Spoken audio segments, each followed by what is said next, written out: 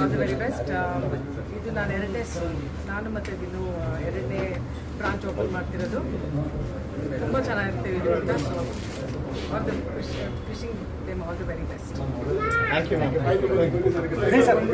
ಕುವೆಂಪು ನಗರಲ್ಲಿ ಓಪನ್ ಮಾಡಿದ್ದಾರೆ. ಬೆಂಗಳೂರಲ್ಲಿ ಹಲವಾರು ಬ್ರಾಂಚಸ್ಗಳಿದೆ. ಸೊ ಮೈಸೂರಲ್ಲಿ ಇದು ಸೆಕೆಂಡ್ ಟೈಮ್ ಓಪನ್ ಆಗ್ತಿರೋದು. ತುಂಬ ಒಳ್ಳೆ ಬಿರಿಯಾನಿ ಸಿಗುತ್ತೆ. ಎಲ್ಲರೂ ಬಂದು ಇಲ್ಲಿ ಬಿರಿಯಾನಿ. Thank you. ಇವತ್ತು ಕುವೆಂಪು ನಗರದಲ್ಲಿ ದೊನೆ ಬಿರಿಯಾನಿ ಪ್ಯಾಲೇಸ್ ಎರಡನೇ ಶಾಖೆ ಮೈಸೂರಲ್ಲಿ ಓಪನ್ ಆಗ್ತಿದೆ. ಅಶ್ವಿನಿ ಪುನೀತ್ ರಾಜ್ಕುಮಾರ್ ಓಪನಿಂಗ್ ಬಂದಿದ್ದರು, ವಿನಯ್ ರಾಜ್ಕುಮಾರ್ ಕೂಡ ಬಂದಿದ್ದರು. ಸೊ ಬೆಸ್ಟ್ ವಿಶಸ್ ಕೂಡ ಹೇಳಿದ್ರು. ಸೊ ಇವತ್ತಿಂದ ಸ್ಟಾರ್ಟ್ ಆಗಿದೆ. ಇನ್ನು KD ರೋಡಲ್ಲಿ ಇಷ್ಟು ದಿನ 5 ಇಯರ್ಸಿಂದ ಸರ್ವಿಸ್ ಮಾಡ್ಕೊಂಡ್ಬಂದಿದ್ದೀವಿ. ಕುವೆಂಪು ನಗರಲ್ಲಿ ಇನ್ಮೇಲೆ ಸ್ಟಾರ್ಟ್ ಆಗ್ತಿದೆ.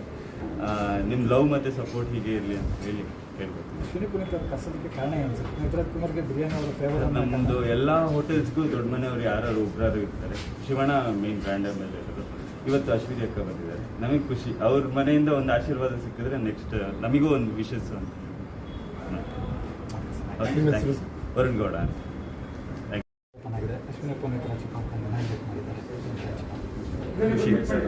ಈ ಸರಿ ಇದಕ್ಕಿಂತ ಮುಂಚೆ ಒಂದು 3 ಇಯರ್ಸ್ ಬ್ಯಾಕ್ ಇಂದಿರಾನಗರದಲ್ಲಿ ಹೀಗೆ ಮೊನ್ನೆ ಹೋಗಿ ಕೇಳ್ಕೊಂಡಾಗ ಬರ್ತೀನಿ. ಶಿವಣ್ಣ ಬೇರೆ ಥೈಲ್ಯಾಂಡಲ್ಲಿದ್ದ. ಸೊ ಹಂಗಾಗಿ ಅವ್ರ ಮನೆಯಿಂದನೇ ನಂದು ಯಾವುದೇ ಓಪನ್ ಆದರೂ ಒಂದು 20 ಬ್ರಾಂಚ್ ಓಪನ್ ಆಗಿ ಎಲ್ಲ ಅವ್ರ ಮನೆಯಿಂದನೇ ಬಂದು ಓಪನ್ ಮಾಡ್ಕೊಡ್ತಾರೆ.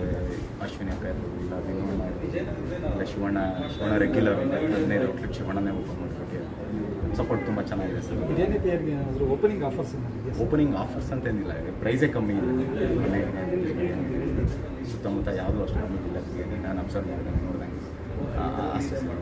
ಆಮೇಲೆ 5 ಇಯರ್ಸಿಂದ ಇಲ್ಲಿ ಸರ್ವ್ ಮಾಡ್ಕೊಂಡು ಬರ್ತಾ ಇದ್ದೀವಿ ಮೈಸೂರಲ್ಲಿ. ಬೇರೆ ಕಡೆ KD ರೋಡಲ್ಲಿ ಮಾಡ್ತಾ ಇದ್ದೀವಿ. ಇವಾಗ ಇಲ್ಲಿ ಶಿಫ್ಟ್ ಆಗ್ಬೇಕು ಸರ್ವಿಸ್.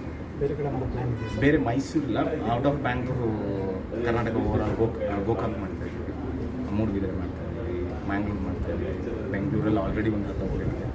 ಪ್ಲಸ್ ಇದೊಂದು ಸಪ್ರೇಟಾಗಿ ಮೈಸೂರು. ಅವಾಗಿಂದ ಮೈಸೂರು ಅಂದರೆ ಇಷ್ಟ. ಅಂದರೆ ದೊನೆ ಬಿರಿಯಾನಿ ಪ್ಯಾಲೇಸ್ ಅಂತ ಹೆಸರಿಟ್ಬಿಟ್ಟಿದ್ವಿ. ಪ್ಯಾಲೇಸ್ಗೂ ಮೈಸೂರಿಗೂ ಒಂದು ಸಂಬಂಧ ಇದೆ. ಸೊ ಅದಕ್ಕೋಸ್ಕರ ಮೈಸೂರಲ್ಲಿ ಒಂದು ಸ್ವಲ್ಪ ದೊಡ್ಡದಾಗಿರಲಿ ಅಂತೇಳಿ ಇಡೀ ಬಿಲ್ಡಿಂಗ್ ತೊಗೊಂಡು ಮಾಡ್ತೀವಿ. ಬೇರೆ ಕಡೆ ಎಲ್ಲ ಫೀಡ್ಬ್ಯಾಕ್ ಹೇಗಿದೆ ಸರ್? ಎಲ್ಲ ಕಡೆ ಚೆನ್ನಾಗಿದೆ. ಆಲ್ಮೋಸ್ಟ್ ಒಂದು 7 ಇಯರ್ಸಿಂದ ಸರ್ವ್ ಮಾಡ್ತಾಯಿದ್ವಿ.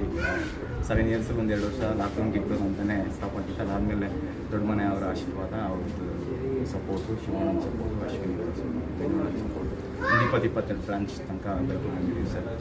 ಚಿಕ್ಕದಾಗಿ ಸ್ಟಾರ್ಟ್ ಮಾಡಿದ್ರು. ಇಲ್ಲಿ ತನಕ ಬೆಳ್ಕೊಂಡ್ಬಂದಿದ್ದೀವಿ ಅಂದರೆ ಅವ್ರ ಸಪೋರ್ಟ್ ಇಲ್ಲ, ಶಿವಣ್ಣನ ಸಪೋರ್ಟ್ ಇಲ್ಲ, ನಾವು ಈ ತನಕ ಬಂದಿದ್ದೀವಿ. ಏನು ನಮ್ಮ ದುಡ್ಡು ಇಸ್ಕೊಳಲ್ಲ, ಏನೂ ಇಲ್ಲ. ಅಲ್ಲಿಂದ ಪ್ರೀತಿಯಿಂದ ಬರೋದೇ. ನಿಮ್ಗೆ ಗೊತ್ತು, ಸೆಲೆಬ್ರಿಟೀಸ್ ಅಂದರೆ ದುಡ್ಡು ಇಸ್ಕೊಳ್ತಾರೆ, ದುಡ್ಡು ಕೊಟ್ಟು ತರಿಸ್ತಾರೆ ಅಂತೇಳಿ ಅಂತ. ಇವತ್ತಿನ ತನಕ ಒಂದು 20 ಬ್ರಾಂಚ್ ಓಪನ್ ಮಾಡಿದ್ದೀವಿ. ₹1 ಇಲ್ಲಿ ತನಕ ಎಕ್ಸ್ಪೆಕ್ಟೇಷನ್ ಎಲ್ಲೋ ಬಿರಿಯಾನಿನೂ ಫ್ರೀಯಾಗಿ ಕಳಿಸ್ಬಿಡ ಅಂತಾರೆ.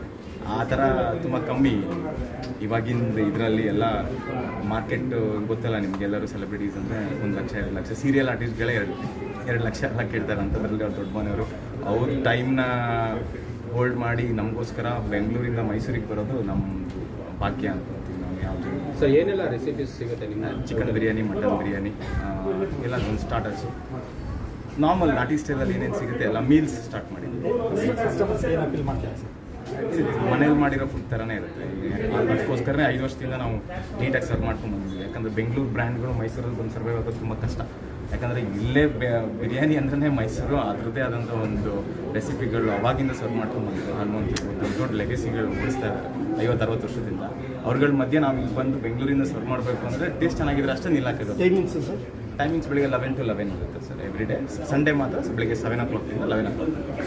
ಸಂಡೇ ಸ್ಪೆಷಲ್ ದೋಸೆ, ಕಾಲು ಸೂಪು, ಕಥೆ ಇಡ್ಲಿ ಇವೆಲ್ಲ ಬೆಳಿಗ್ಗೆ ಸರ್.